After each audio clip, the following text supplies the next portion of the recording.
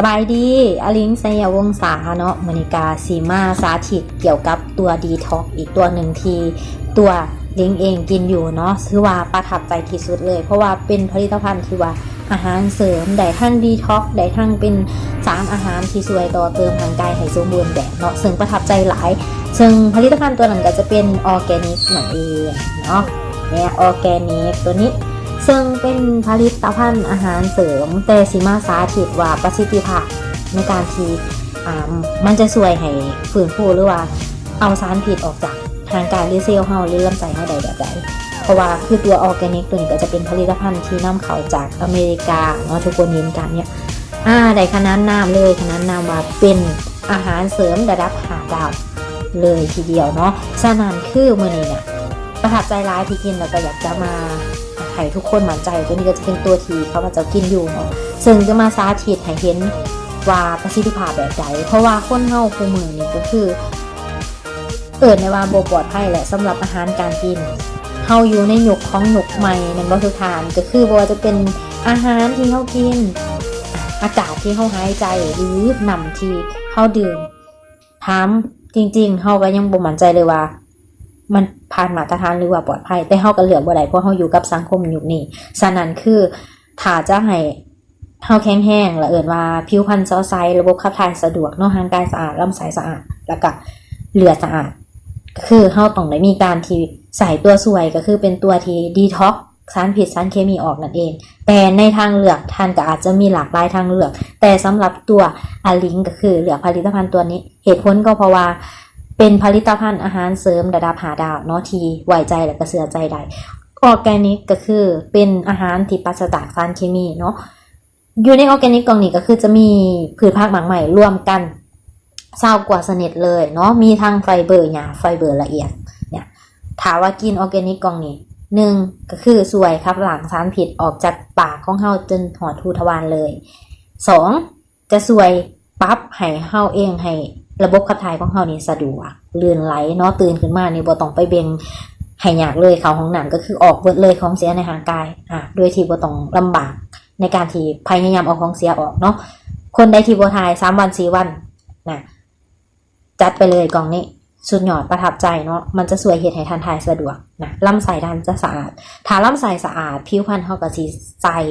เนาะแล้วที่สำคัญนะมันยังไปช่วยเฮ็ดให้มันมีสารอาหารครบถ้วนในเรื่องของผักหมักใหม่นะถ้าเฮากินตัวนี้ประจำเพียงวันละ1 บวงก็ได้เนาะเวลาท้องว่างถ้าดื่มตัวนี้ประจำเนี่ยมันจะช่วยให้แบบผิวเฮานี่ใสขึ้นและชะลอความแก่ได้พอนะต่อมายังช่วยในเรื่องของสร้างเซลล์ใหม่เพื่อทดแทนเซลล์เก่าเซลล์ที่ตายไปแล้วครับออกแล้วมันจะสร้างเซลล์ใหม่มาทดแทนดังนั้นก็คือจะเห็นให้ผิวพรรณเฮาใสแล้วก็ผิวนานเสื่อมนั่นเองฉะนั้นคือมื้อนี้จะบ่เว้าหยังหลายบอกไปแล้วเนาะแต่ว่าตัวนี้จะมามีการเทสหรือว่าสาธิตให้ว่าขบวนการเฮ็ดเวียกของเฮาร่างกายเฮาเป็นแบบใดแล้วมื้อนี้เป็นยังเฮาต้องกินออร์แกนิกตัวออร์แกนิกเป็นตัวเอาของเสียออกจากร่างกายเนาะถ้ามื้อนี้เฮามีแต่กินบ่เอาออกมันจะไปสะสมแต่จะเห็นให้เฮาบ่สบายได้หรือว่าเฮาอาจจะมีโรคภัยไข้เจ็บตามมาเนาะนี่จะเปรียบเสมือนจอกใบนี้จะเป็นร่างกายของเฮาเนาะซึ่งร่างกายของคนเฮาก็จะประกอบมีเซลล์แล้วก็น้ำในร่างกายเฮาประมาณ 75% ที่อาศัยอยู่ฉะนั้นคือมื้อนี้ร่างกายเฮานี่แหละจะเอาตัวอย่างมาเทสตัวนี้จะเป็นน้ำมันพืชที่เฮาทอดของกินอย่างต่างๆไปเช็คเบิ่งในเรือนครัวของแต่ละคนนี่บอกกันเลยคือบ่มีครอบครัวใดที่ขาดน้ำมันได้แล้วมื้อนี้เฮาน้ำมันจากการทอดไข่เจียวอย่างต่างๆเนาะหรือว่าบางคนก็ซื้อหมู3 ชั้นมากินสินดูกินสินจุ่มหรือกินสินด่างฤทธิ์ที่สำคัญบางคนก็มักในเรื่องของปิ่งอย่างต่างๆพวกนั้นแห้งไขมันอันตรายเลยเชื่อได้ว่ากิจวัตรประจำวันทุกคนก็กินคือข้าวประจำเพราะว่าอาหารพวกนั้นแสบแต่พอแสบปุ๊บเวลากินไปได้ความแสบแต่มันจะไปทำลายสุขภาพบางคนเกิดเป็นไขมันเพราะว่ากินมื้อนี้มื้ออื่นบ่ทายมันสะสมอยู่ในเส้นเลือดสะสมอยู่ในเส้นเลือดในสมองเส้นเลือดในหัวใจกลายเป็นโรคอัมพฤกษ์มาผ่าแต่มื้อนี้คือเฮาหลีกเลี่ยงการกินบ่ได้แต่เฮาสามารถที่จะกำจัดหรือว่าเอาออกได้นะเป็นสิ่งที่ดีเลยเนาะมาเบิ่งเลยถามว่ามื้อนี้ห่างไกลเฮาแต่ละวันกินน้ำมันเข้าไปน้ำมันจากน้ำมันหมูเวลาเฮาไปตลาดนี่หมูตุ๋ยกับหมูจอยนี่เฮายังซื้อหมูตุ๋ยเลยกินจากปิ้งเอ็นทอดเอ็นหรือว่าอาหารที่เป็น จีเป็นปีงเป็นของถอดของมันนั่นแหละหรือว่าถอดไข่เนี่ยมันก็จะเกิดมีไขมันที่ไปสะสมแบบนี้มันก็เข้าไปตามลำไส้พนังลำไส้บางคนไปสะสมในหน้าท้องก็เฮ็ดให้มีหน้าท้องบางคนไปสะสมในต้นแขนก็มีในต้นแขนบางคนนะไปสะสมในเส้นเลือดกลายเป็นเลือดตีบเลือดตันเป็นโรคความดันขึ้นมาก็เกิดจากอาหารการกินเราเนี่ยที่เฮาเอาออกบ่ได้ฉะนั้นมื้อนี้เฮาหลีกเลี่ยงการกินบ่ได้แต่สำหรับตัวข้าพเจ้าก็คือจะแนะนำวิธีการที่แบบโอเคแนะนำวิธีการเอาของเสียที่ทานกินลงไปออกจากร่างกายให้หมดเลยฉะนั้นคือเฮามาเบิ่งว่าโดยการที่เฮาเพียงกินออร์แกนิกดื่มออร์แกนิกเนาะดื่มออร์แกนิกเพียงมื้อละบวงทานก็สามารถที่จะกำจัดได้เดี๋ยวเฮามาเบิ่งการสาธิตหรือว่าตัวนี้จะเป็นผงเนาะสกัดใส่ขบวนการสกัดหรือว่าให้เป็น